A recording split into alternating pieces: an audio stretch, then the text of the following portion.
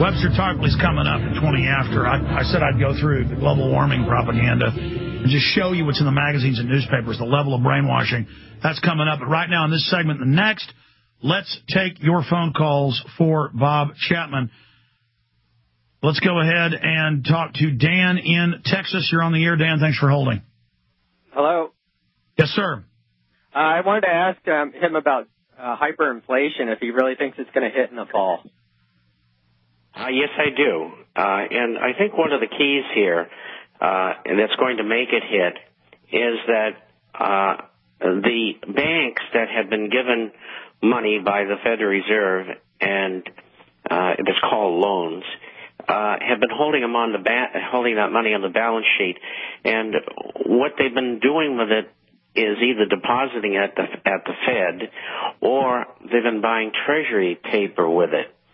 And the Treasury paper purchases as well have been coming from the funds that were received by the banks from the Fed for the purchase of what they call collateralized debt obligations, which are bonds with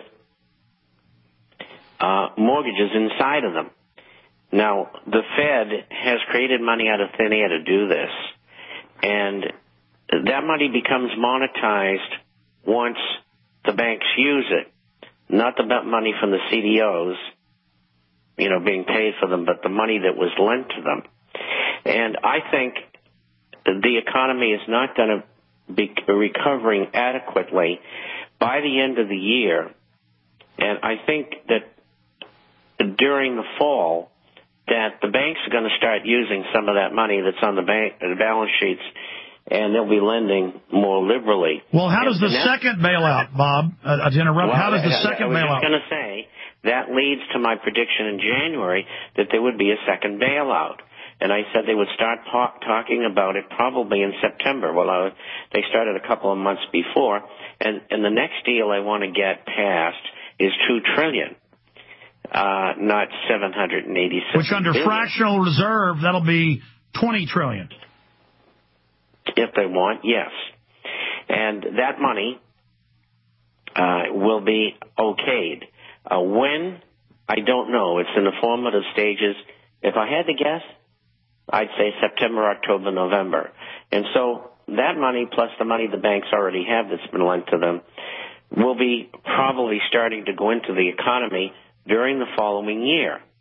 Now, that will begin to start hyperinflation. And the reason they're doing it that way is that next year is an election year. And so they want the economy to be better, and it will be better.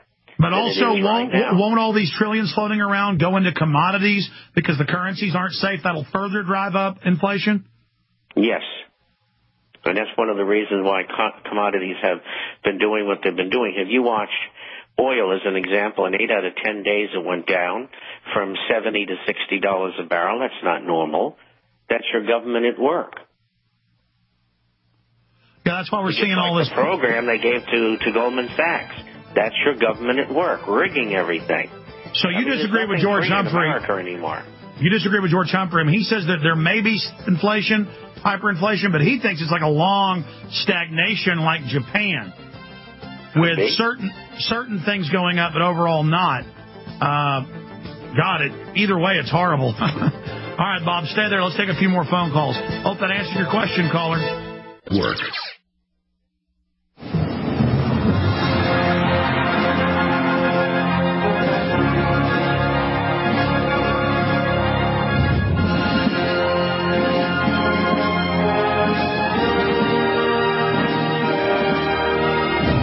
Chapman and I, during breaks, talking about nice third world countries to live in, run to. Man, to watch our country overrun by parasites, and the republic really is falling. Bob, if they pass the second stimulus, which is really letting the federal government give all its power to the private Federal Reserve, and the global greenhouse tax, and the federalization of all the water, and the hate speech laws, and they're really trying to pass everything right now, and they're getting most of it. Would you say the republic had fallen if they're able to ram through all of this? Yes, I think you're right. they're doing anything they can to do that. The only thing I saw today that surprised me is two former members of the Federal Reserve said, no, you shouldn't give them all those things to do or all those powers. And I was really surprised at that. Both these men were in mid-80s, and I said to my assistant, I said, these are the guys who have taken from the system, been involved with the Illuminati all their lives, lived fat and happy, and now they're at their end of their days. They know they can't take it with them, and they're telling the truth. Yeah, that happens a lot to people that want to keep their soul. At the end, they finally get true wisdom.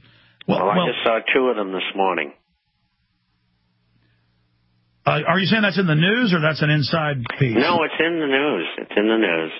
One's Taylor and the other is Matlin, or I think. Well, listen. I have Bloomberg a couple months ago with in fact, we can search this and get the actual headline, with a current, it was a Dallas Fed board member saying, New York's running everything. They've hijacked the country. They've declared the war powers. In fact, that was the Bloomberg headline. Fed chief, New York Fed using war powers. And so, I guess it's so centralized now because it's so criminal that maybe people in the Fed that aren't involved in the total criminality are hedging their bets, kind of going, I'm not with them. I think you're right. And I think they're fearful for their families. And I think the line has been drawn. And there's a group of us on one side, which includes some of the people who are involved in the evildoing, they're saying, look, I didn't think it was going to get this bad. I don't want any part of it anymore. They're on our side of the line. And then there's all the other bad guys on the other side. And it's going to come to punch-up time. And you and I got to, be careful what we do because they're going to try to take us out in the meantime. Of course. Absolutely. Let's jam in another call here. Chris in Tennessee, you're on the air with Bob Chapman. Thanks for holding. Hello, Alex. Hello, Bob. What I wanted to talk about was Ed and Eileen Brown, the anti-tax protesters who were just sentenced to 30 years, and also the people that helped them. Do you think that this is going to send a clear message to the other anti-tax protesters to discourage things or to... Well, I'll tell you what happened with that. I supported Ed and Elaine the entire time. But I said it needs to be nonviolent because of these patriots, a lot of them are big on talk and short on action. Like Elvis said, a little less talk, a little more action. And I saw things escalating. I knew feds were in there trying to hype things, get the paranoia going. That whole thing was a setup. And then I was the bad one when I told folks, I said, this isn't a game, this isn't a joke. And when the feds go in there and grab them, people aren't going to help them. So Ed and Elaine Brown, are good people. We got a story up about how they were wrongfully put in prison. But they were set up.